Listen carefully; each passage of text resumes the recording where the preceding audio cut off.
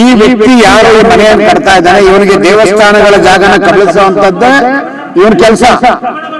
ದೇವಸ್ಥಾನ ವಿನೋಬಾರ ಕ್ರಾಸಲ್ಲಿ ಒಂದು ಶಿವನ ದೇವಸ್ಥಾನವನ್ನು ಕಬಳಿಸಿ ತ್ರಿಪುರ ಭೈರವ ಮಠಕ್ಕೆ ಸೇರಿದಂತ ಆಸ್ತಿ ಕಬಳಿಸಿ ಅಲ್ಲಿ ಕುತ್ಕೊಂಡಿದ್ದಾನೆ, ಇಲ್ಲಿ ಕುತ್ಕೊಂಡಿದ್ದಾನೆ, ಇಲ್ಲೊಂದು ಮಠದ ಜಾಗ ಹೊಡ್ಕೊಂಡಿದ್ದಾನೆ. ಸೊ ಇವನೊಂದು ದಂಡ ಇದು. ಜಾಗ ಕೊಂಡ್ಕೊತಾ ಇಲ್ಲ ಅವರು, ಅಧಿಕಾರಿಗಳನ್ನು ಕೊಂಡ್ಕೊತಾ ಇದ್ದಾರೆ, ಪೊಲೀಸ್ ಇಲಾಖೆಯನ್ನು ಕೊಂಡ್ಕೊಂಡಿದ್ದಾರೆ, ನಗರ ಪಾಲಿಕೆಯನ್ನು ಖರೀದಿ ಮಾಡಿದ್ದಾರೆ, ಪುಡಾರಿಗಳನ್ನು ಖರೀದಿ ಮಾಡಿದ್ದಾರೆ. ಇನ್ನು ಅದಕ್ಕೊಂದು ಇತಿಮಿತಿನೇ ಇಲ್ವಾಗ ಹೇಳೋ ಯಾರು ಇಲ್ವೇ ಇಲ್ವಾಗ. ಪುರಾತತ್ವ ಇಲಾಖೆಯವರಾದ್ರು ಈ ಕೂಡಲೇ ನೀವೇನಾದ್ರು ನೀವು ಆಗ್ತಾ ಇದ್ರೆ ನೀವು ಅಲ್ಲಿ ಸಂಬಳ ತಗೋತಾ ಇದ್ರೆ ಅಧಿಕಾರ ನಿಯತ್ತ ಕೆಲಸ ಮಾಡಿ. ಅಧಿಕಾರಿಗಳು ಹೇಳ್ತಾ ಇರೋಂಥದ್ದು ನಿಮ್ ಇಲಾಖೆಯಲ್ಲಿ ನೀವು ತಗೋತಾ ಇರೋ ಸಂಬಳಕ್ಕೆ ಆ ನಿಯತ್ತಾರ ಕೆಲಸ ಮಾಡ್ರಿ. ಅವಾಗಾದ್ರೂ ಆ ಚಾಮುಂಡೇಶ್ವರಿ ಒಳ್ಳೇದ್ ಮಾಡ್ತಾರೆ. ಹಿಂದೆ ಅವರು ಅಧಿಕಾರಿಗಳಿಗೆ ಚಾಮುಂಡೇಶ್ವರಿ ಶಾಪ ತಟ್ಟುತ್ತೆ. ಮೈಸೂರನ್ನ ಯಾರೆಲ್ಲ ಹಾಳು ಮಾಡ್ತಾವ್ರೆ ಅವ್ರಿಗೆಲ್ಲ ಈ ಶಾಪ 100ಕ್ಕೆ 200 ಭಾಗ ತಟ್ಟುತ್ತೆ. ಇಷ್ಟು ಇತಿಹಾಸ ಪ್ರಸಿದ್ಧಿಯಾದಂಥ ದೇವಸ್ಥಾನಗಳು, ರಾಯರ ಬೃಂದಾವನ ಇದೆ, ಪ್ರಾಣದೇವರ ಪ್ರತಿಷ್ಠಾಪನೆ ಇದೆ, ಇಷ್ಟು ಇತಿಹಾಸ ಇರುವಂಥ ದೇವಸ್ಥಾನ ಅರಮನೆ ಹಿಂಭಾಗದಲ್ಲಿದೆ. ಅಧಿಕಾರಿಗಳು ಇಷ್ಟು ನಿರ್ಲಕ್ಷ್ಯ ಮಾಡ್ತಾರೆ ಅಂತ ಹೇಳಿದ್ರೆ ಇನ್ನು ಎಷ್ಟು ದಪ್ಪ ಚರ್ಮದವರು, ಇನ್ನು ದುಡ್ಡು ಎಷ್ಟು ಕೆಲಸ ಮಾಡ್ತಾ ಇದೆ. ಮತ್ತು ಪುರಾತತ್ವ ಇಲಾಖೆಗೆ ಸಂಬಂಧಪಟ್ಟಂಥ ಜಾಗದಲ್ಲಿ ಇಷ್ಟು ದೊಡ್ಡ ಬಿಲ್ಡಿಂಗ್ ಕಟ್ಟೋ ಹಾಗೇ ಇಲ್ಲ.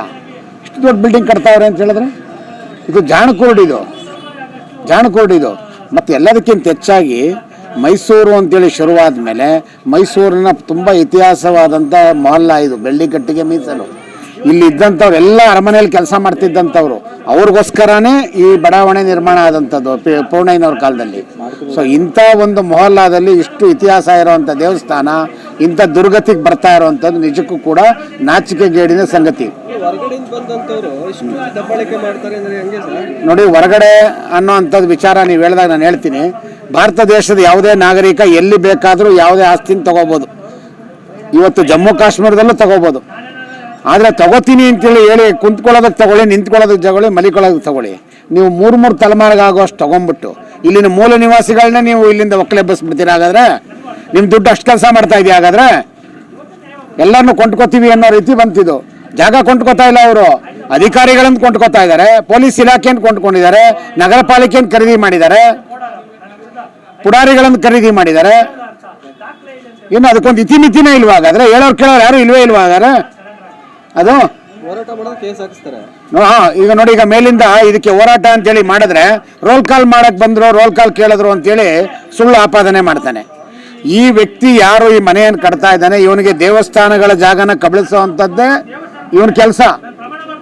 ದೇವಸ್ಥಾನ ವಿನೋಬಾರೋಡ ಕ್ರಾಸಲ್ಲಿ ಒಂದು ಶಿವನ ದೇವಸ್ಥಾನವನ್ನು ಕಬಳಿಸಿ ತ್ರಿಪುರ ಭೈರವ ಮಠಕ್ಕೆ ಸೇರಿದಂಥ ಆಸ್ತಿನ ಕಬಳಿಸಿ ಅಲ್ಲಿ ಕೂತ್ಕೊಂಡಿದ್ದಾನೆ, ಇಲ್ಲಿ ಕೂತ್ಕೊಂಡಿದ್ದಾನೆ, ಇಲ್ಲೊಂದು ಮಠದ ಜಾಗ ಹೊಡ್ಕೊಂಡಿದ್ದಾನೆ.